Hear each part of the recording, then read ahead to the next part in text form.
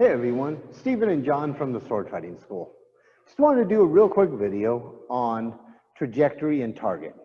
In class the other night, we were talking about these two things in the fight. Often we have target without trajectory, which means I'm just trying to hit my opponent. And that's fine as long as they stand there and don't do anything. Unfortunately, if they're moving or actively trying to hit me too, this could be a problem. Trajectory is often seen as the path I take to whatever I want to hit. And yes, that's true, but that's just the very beginning. Trajectory is the defensive portion of the attack. If I attack without trajectory, I leave myself exposed to his counterattack. Target is the thing I want to hit. So trajectory protects me when I'm attacking the target. Great. But what came up last night is trajectory is performed by my hands and my arms. My arms always do the same thing, regardless. So every time I'm here, my arms always do the same thing. They never change. Can I swing this at you? Yes, sir. If I step forward, straight forward at my partner, and I throw a cut, I hit him over the eye. That's my trajectory. If I close my eyes, I'm not going to, you're welcome. I'm going to close mine as well. I would always go to the same place. I just probably wouldn't know when to stop. That's why I'm not going to do it. But if I change my footwork, so now instead of stepping straight ahead, my arms do the same trajectory, but I step out. Now I'm hitting him on the shoulder. But if I come back to where I was, I'm over the eye. And as soon as I move out, I've changed my target. So your arms perform the trajectory, your feet perform the target acquisition. If you try to perform target acquisition with your arms, you lose your trajectory, therefore you lose your defense. Because now you're trying to direct everything from your upper body system. Right. And it's very hard to control. Yeah. We see this often in rapier. If I'm in rapier and I just extend my arm, but I don't do anything more than that extension, then I can put my foot wherever I want my target to go.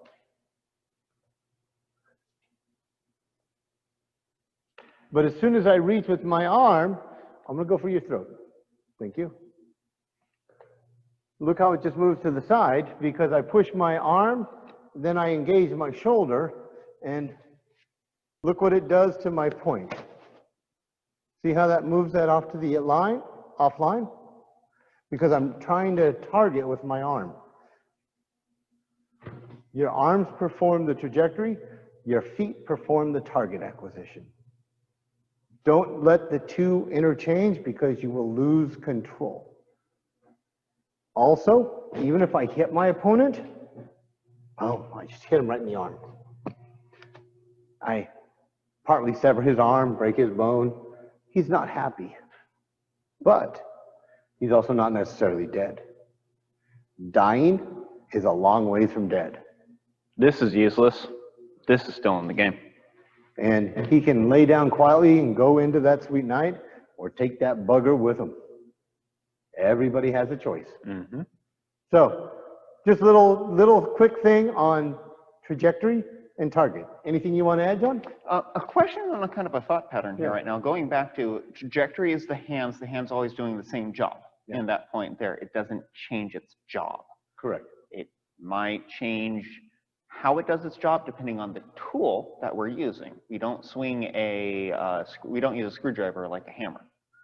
True. Right? Yeah, good point. And our feet do the job of choosing the target, right? So in a way, and please, this is the question, does this also tie into the system of our hands are doing our defense and our feet are doing our offense in that way of looking at it like that? I would be hesitant about marking it as defense and offense because even if I lose trajectory, too narrow, I can still hit you. Yeah.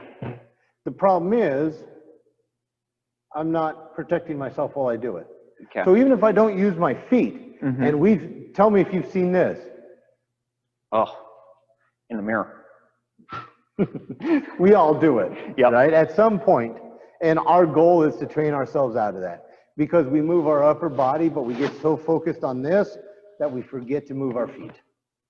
Yeah. So that's why I'm hesitant to put it that kind of way. talk about it that way. Okay. Here's another example, one of my favorite examples for this. If John and I go to shake hands, one of us has to move into the other. Otherwise, so you initiate. Okay. All right, it's nice to meet you. Very nice to meet you too. They're not going to be comfortable talking to you like that. There's something wrong. It's just like if I come up to talk to John, and I know him, he's my friend, so I'm like, hey man, how you doing? It's good to see you, brother. Good to see you too, man. Versus, hey John, how you doing, man? It's good to see you. There's profiling because my feet changed the orientation between us. My hand still does the same thing, but my feet changed the interaction between myself and the other person. So that's why I'm hesitant to narrow it down into that point there. Okay. I was curious about that. It felt like it was too narrow, but I wanted to ask. So, cool. Awesome. Thanks, guys. Have a great day. Thanks, man. Thank you.